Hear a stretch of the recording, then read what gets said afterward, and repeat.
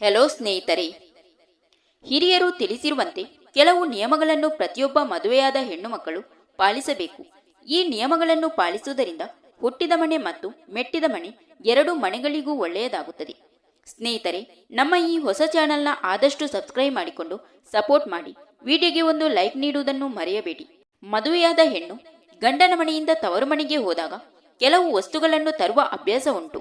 ಯಾವ ವಸ್ತುಗಳನ್ನು ತರಬೇಕು, ಯಾವ ವಸ್ತುಗಳನ್ನು ತರಬಾರದು ಎಂದು ಕೆಲವರಿಗೆ ಗೊತ್ತೇ ಇರುವುದಿಲ್ಲ. ಆ ವಸ್ತುಗಳು ಯಾವುದೆಂದು ನೋಡೋಣ ಬನ್ನಿ. ಸ್ನೇಹಿತರೆ, ಮದುವೆಯಾದ ಹೆಣ್ಣು ಯಾವುದೇ ಕಾರಣಕ್ಕೂ ಪೂಜಾ ಸಾಮಗ್ರಿಗಳನ್ನು ತವರು ಮನೆಯಿಂದ ಗಂಡನ ಮನೆಗೆ ತರಬಾರದು. ಹುಣಸೆ ಹಣ್ಣನ್ನು ಎಂದಿಗೂ ತವರು ಮನೆಯಿಂದ ಗಂಡನ ಮನೆಗೆ ತರಬಾರದು.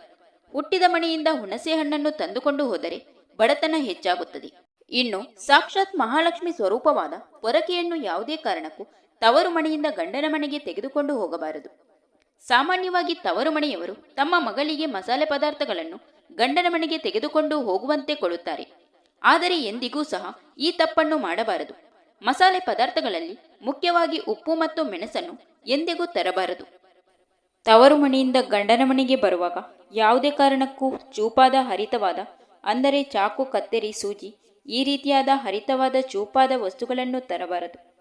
ಈ ರೀತಿ ಮಾಡುವುದರಿಂದ ಗಂಡನ ಮನೆಯಲ್ಲಿ ಜಗಳ, ಕಲಹ ಹೆಚ್ಚಾಗುತ್ತದೆ. ಇದರಿಂದ ಗಂಡ ಹೆಂಡತಿ ಬೇರೆಯಾಗುವ ಸನ್ನಿವೇಶ ಎದುರಾಗಬಹುದು. ಗಂಡನ ಮನೆ ಮತ್ತು ತವರು ಮನೆಯ ನಡುವಿನ ಬಾಂಧವ್ಯ ಹಾಳಾಗುತ್ತದೆ. ಇನ್ನು ಮುಖ್ಯವಾಗಿ ಮನೆಯ ಅಲಂಕಾರಿಕ ವಸ್ತುಗಳು, ಅಮ್ಮನ ಸೀರೆಗಳು, ಒಡವೆಗಳು ಹೆಚ್ಚಾಗಿ ಇರುತ್ತದೆ. ಹೀಗೆ ಕೆಲವು ವಸ್ತುಗಳನ್ನು ತವರು ಮನೆಯಿಂದ ತರಬಾರದು ಎಂದು ಹಿರಿಯರು ಹೇಳುತ್ತಾರೆ. ಪ್ರತಿ ಹೆಣ್ಣು ಮಕ್ಕಳು ತವರು ಮನೆಯಿಂದ ಗಂಡನ ಮನೆಗೆ ಬರುವಾಗ ಏನಾದರೂ ಒಂದನ್ನು ನೋಡಿದರೆ ಇದು ನನಗೆ ಬೇಕು ಎಂದು ತರುವುದು ಉಂಟು. ಯಾವುದು ವಸ್ತನ್ನು ತರುವ ಬದಲು ನೀವು ನಿಮ್ಮ ತವರು ಮನೆಯಿಂದ ಒಂದು ಬೆಲ್ಲದ ಅಚ್ಚನ್ನು ತೆಗೆದುಕೊಂಡು ಬಂದು ಇಟ್ಟುಕೊಳ್ಳಿ. ಬೆಲ್ಲಕ್ಕೆ ಅತ್ಯಂತ ಶಕ್ತಿ ಇದೆ. ಯಾರು ಬೆಲ್ಲವನ್ನು ಉಪಯೋಗಿಸುತ್ತಾರೆ ಅವರಿಗೆ ಋಣಬಾಧೆಗಳು ಎಲ್ಲ ತೀರಿ ಹೋಗುತ್ತದೆ. ಬೆಲ್ಲ ಲಕ್ಷ್ಮೀದೇವಿಯ ಸ್ವರೂಪವಾಗಿದೆ. ಇನ್ನೊಂದು ವಸ್ತು ಏನು ಅಂದರೆ ಅರಶಿನ ಕುಂಕುಮ. ಯಾರು ತವರು ಮನೆಯಿಂದ ಅರಶಿನ ಕುಂಕುಮವನ್ನು ತರುತ್ತಾರೋ ಅವರ ಜೀವನ ಬದಲಾಗುತ್ತದೆ.